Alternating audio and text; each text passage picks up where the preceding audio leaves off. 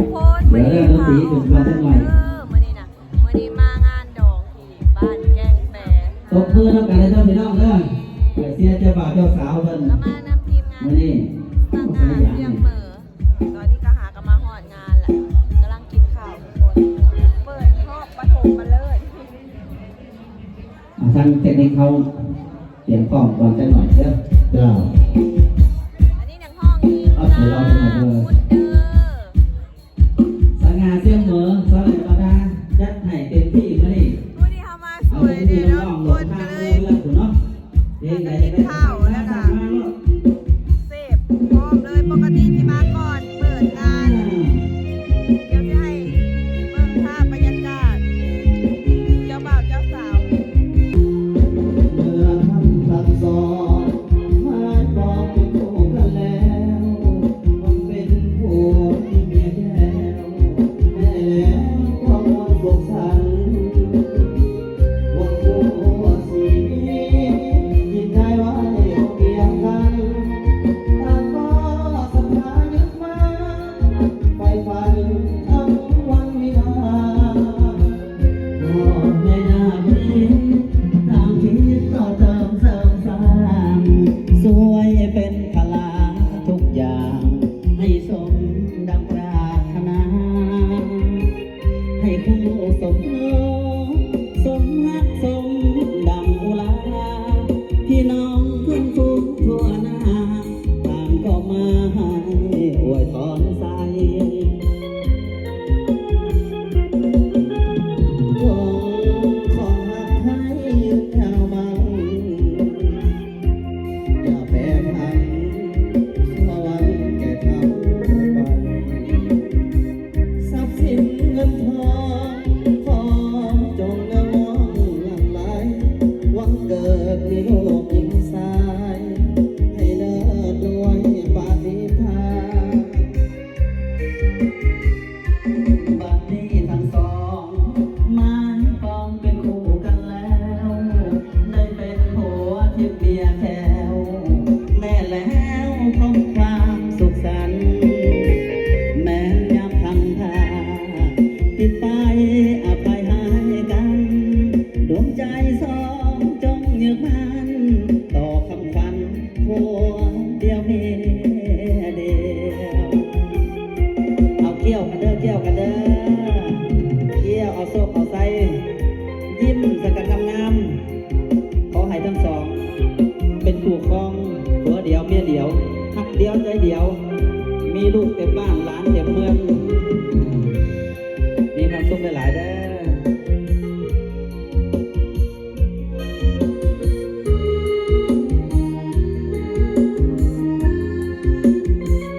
สวัสดีน้องไปเลยวันพ่อแม่เนาะ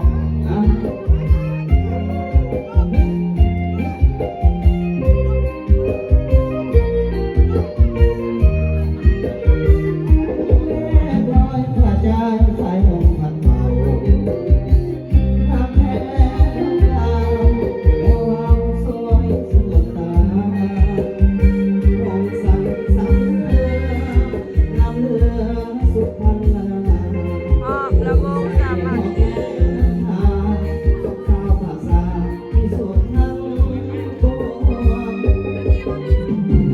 เห็นแม้ได้ทางไปเทียบกันน้ำคลองน้ำคาประสานขอบใจเมืองหลวงสยามบุรีพิเศษยังบังในสวงดองอยู่บ้านแกงแปรเด้อเมืองตาแพรแหวนขมวน เ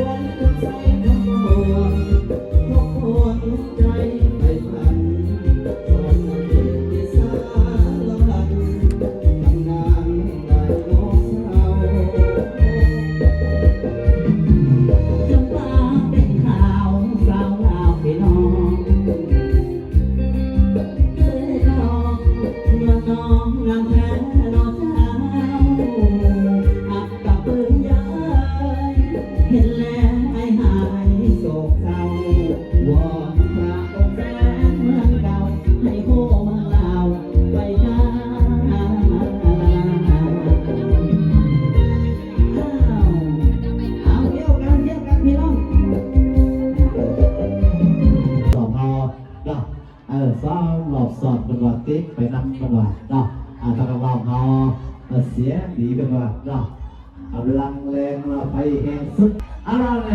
จะเป็นเศษสุดเลยเนาะระวังสามัคคีนะรอบนี้เป็นรอบพิเศษสุดเลยพี่น้องเนาะเพื่อเป็นเกียรติในแขกเพื่อทุกท่านครับพี่น้องเนาะเซเลเดอร์เนาะ โรงยังฟังนี่กันจะพิมพ์ยัง เซเลเดอร์แขกที่มีเกียรติทุกท่านของงานมันพี่น้องเนาะท่านภาพได้เป็นเกียรติกันเนาะระบบสามัคคีทุกครั้งเนาะทุกคนนั่งครับพี่น้องเนาะเชิญมาทั้งทีเดินพี่น้องเด้อทั้งหลายเวทีเนาะคุณรอบร่วมสามัคคี เนื้อที่หน่อยทั้งเทิงนี่ทุกคนทั้ง ภาพจ้า ทั้งลูก พี่น้อง ทั้งลูกนี่เนื้อที่หน่อยทั้งเทิงน่ะ เชิญพี่น้องเด้อ ทุกคน ทุกครั้งทุกเกมครับพี่น้องเชิญมาร่วมสามัคคีนั่งกัดครับพี่น้องเนาะ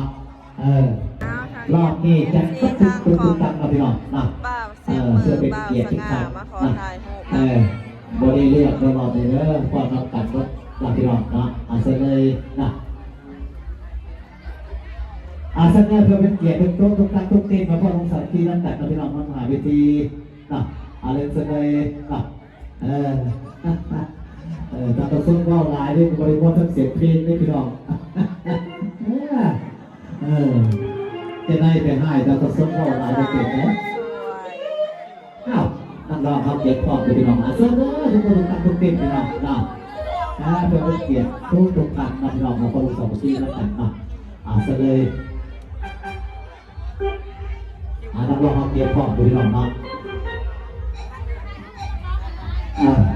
ถ่ายรูปก็ได้พี่น้องนะถ่ายรูปน้องๆเอาได้ที่ปัญหาเราพี่น้องนะก็เป็นเรื่องไว้พี่น้องนะเสร็จแล้วต้องมาซุกออกไหมต้องมาซุกเข่าพี่น้องเป็นเข่าเวทีนี่มาเจ้าวันไหนเข่าล่ะเสร็จแล้วเพื่อเป็นเกียรติทุกท่านนะพี่น้องเนาะเสร็จแล้วทุกท่านเนาะตรงสองทีนำเพื่อเป็นเกียรติทุกท่านนะ เสียดายจะเท่าเต้นอยู่ทุกคนเด้อ พี่น้องเด้อ เต้นอยู่ทางกลาง ตอนนี้ต้องจะฝากจ้าเป็นเกียรติกับพี่น้องนะเรียนเสนอนะและเสียเวลานะพี่น้องนะออกมาอยู่ต่างๆเวทีนะเพื่อเป็นเกียรติทุกท่านพี่น้องนะผู้ใดอยากมาถ่ายรูปมาได้พี่น้องชอบนักร้องเขาอาจจะพ่อเขาเด้อพ่อลุงสัมพีได้พี่น้องเด้อสนใจเด้อพ่อลุงกันพี่น้องดักเสียงเพลงอย่างเดียว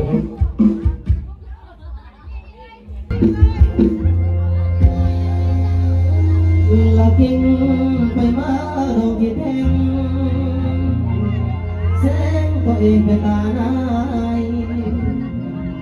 ปากก็เบื่อเพราะหลายบ่อยากเห็นบ่อยากพอแต่ใจนอกยังบ่หายเห็นกันเขาร้ายว่าเขาหลอกว่าเขาลวงแต่ใจหวงแหนเขาคิดบอกสาวได้นอน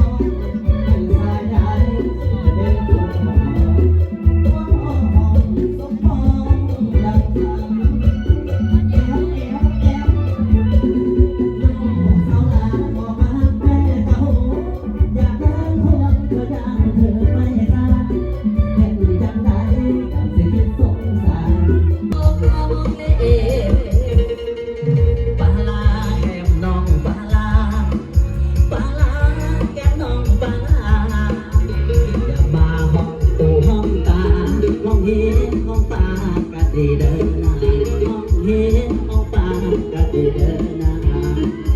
มองอายยันคนทุกออกคนหัวพองเหมือนไม่เพื่อนดวงหัวหน้าเหมือนกับคนโนคนนาแม่มาคุณหลักเดียวมาคุณโนแม่มาคุณหลักเดียวมาคุณโน ทำบัดเฒ่าสองครั้งไว้ยังห้องเฒ่าพ่อแม่ของเจ้าบ่เว้าบ่บอกสมว่าห้องใหม่ห้องผีคักที่ดีแล้วห้องเฮียห้องป่า เพื่อนเรามันตกใจบ้า หายหัวใจละลอยเยอะเยอะเยอะปล่อยลอยแก้มน้องปล่อยลอย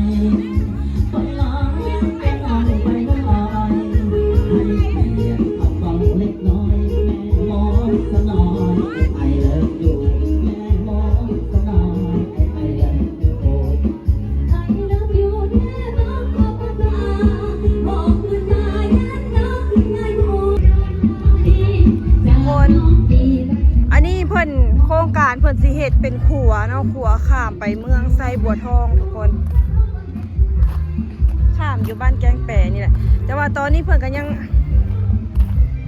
ข้ามบักอยู่ทุกคนเพราะว่าเพิ่นบ่ทันได้เฮ็ดเถื่อ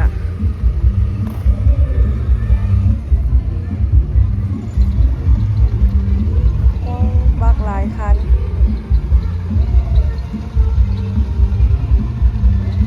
ขามน้ำเซขามน้ำเซ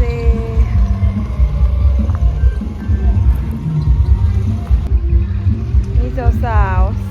าวน้อยอาบน้ำเซ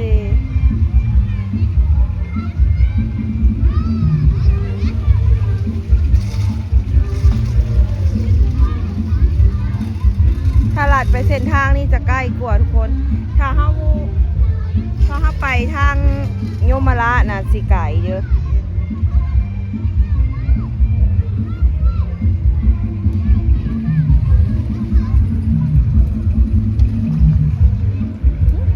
ว้าวไปได้2 คันถูกป่ะฮะโอ้2 คันอีหลี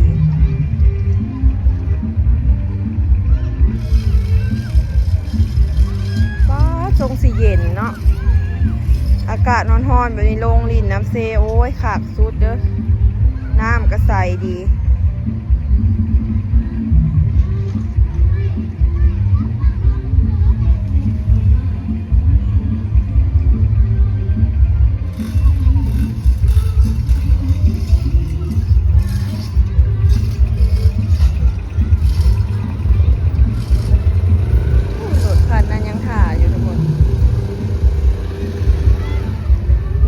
นี่ก็ถือว่าไหลแห้งเติบ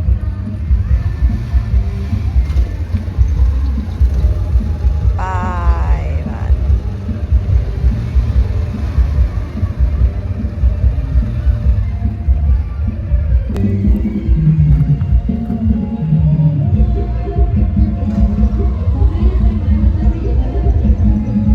อากาศมื้อนี้ก็ร้อนทุกคนหลังจากที่ฝนตกแล้วก็คืออ้าวเลยฝนตกได้2 มื้อเลยทุกคนโอ้ยมิวปิดหน้าเสด็จเลยรับเดี๋ยวรับมา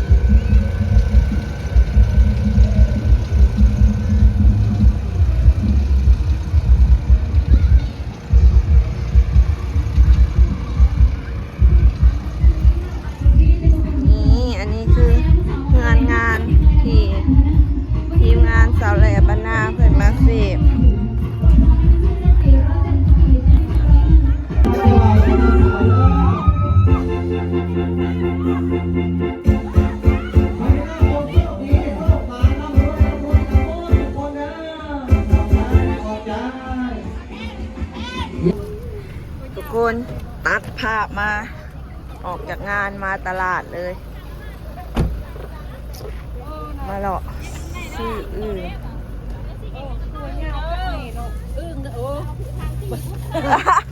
สิได้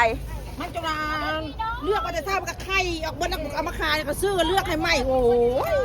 ซื้อตัวนี้ซอยแม่ ว้าวไปนี่นะอันนี้อย่าพวกอึ่งอ่ะ ไอเลนกับนี่ไว้อยู่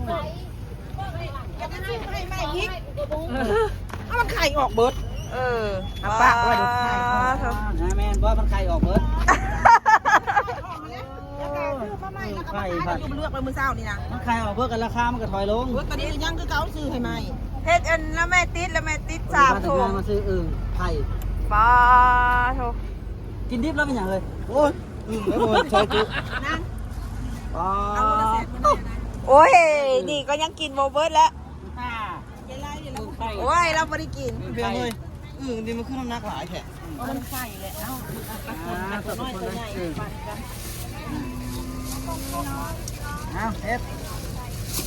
เดี๋ยวหมู ปลาไว้แต่เช้าแล้วมันก็ไข่ตกแม่ปลา นี่แม่นบ่ไข่ไข่เบิดแม่นน้ำเมาเลยเนาะของน้อง2 โลเนี่ย ใส่น้ำตาลของ5 โลเดียวคนกับตัวน้อยตัวใหญ่แล้วตัวน้อยจะตื่น เลือกอึ่งทุกคน เอาไม่เอาโลละ100,000ตัวนั้นนะ ไข่ได้จ้ะ ไข่เบิร์ตนี่เอา อันนี้ละ3 โล ไม่น้อยไข่ก็ยังไงกายละเจ๊2 โลหัน กายเราไปตีมาแล้วมันก็หลายแท้ มันกายแล้วเจียวออกดอก กายละพวกเอาแล้ว ไปมองมาขายทุก เอาล้วน เนี่ย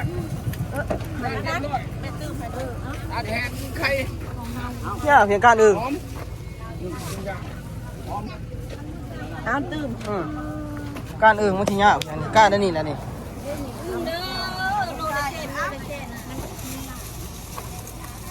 การอึ่งทียากอย่างการนั่นนี่เลยเนาะ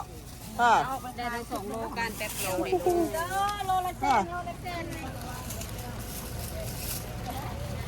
ถ้าอยากกินอึ่งไข่มาตลาดบึงหัวหน้าเด้อพี่น้องเด้อแกงทางยางนี่บ้านบึงหัวหน้านี่ตอนนี้เสาแหล่เอาไปกินแล้ว10 โล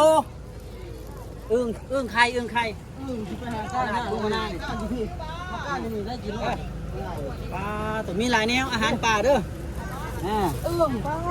จิโลก็มี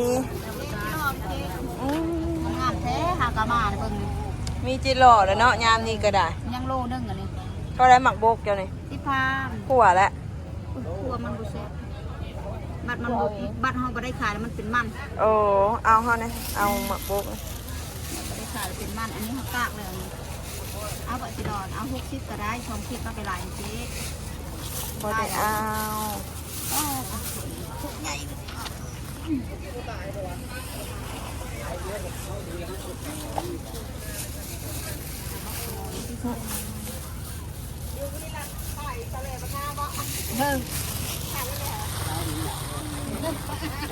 เท่าไหร่นั่นน่ะ 10,000 บ่น่านั้นบ่ได้กิโล กิโล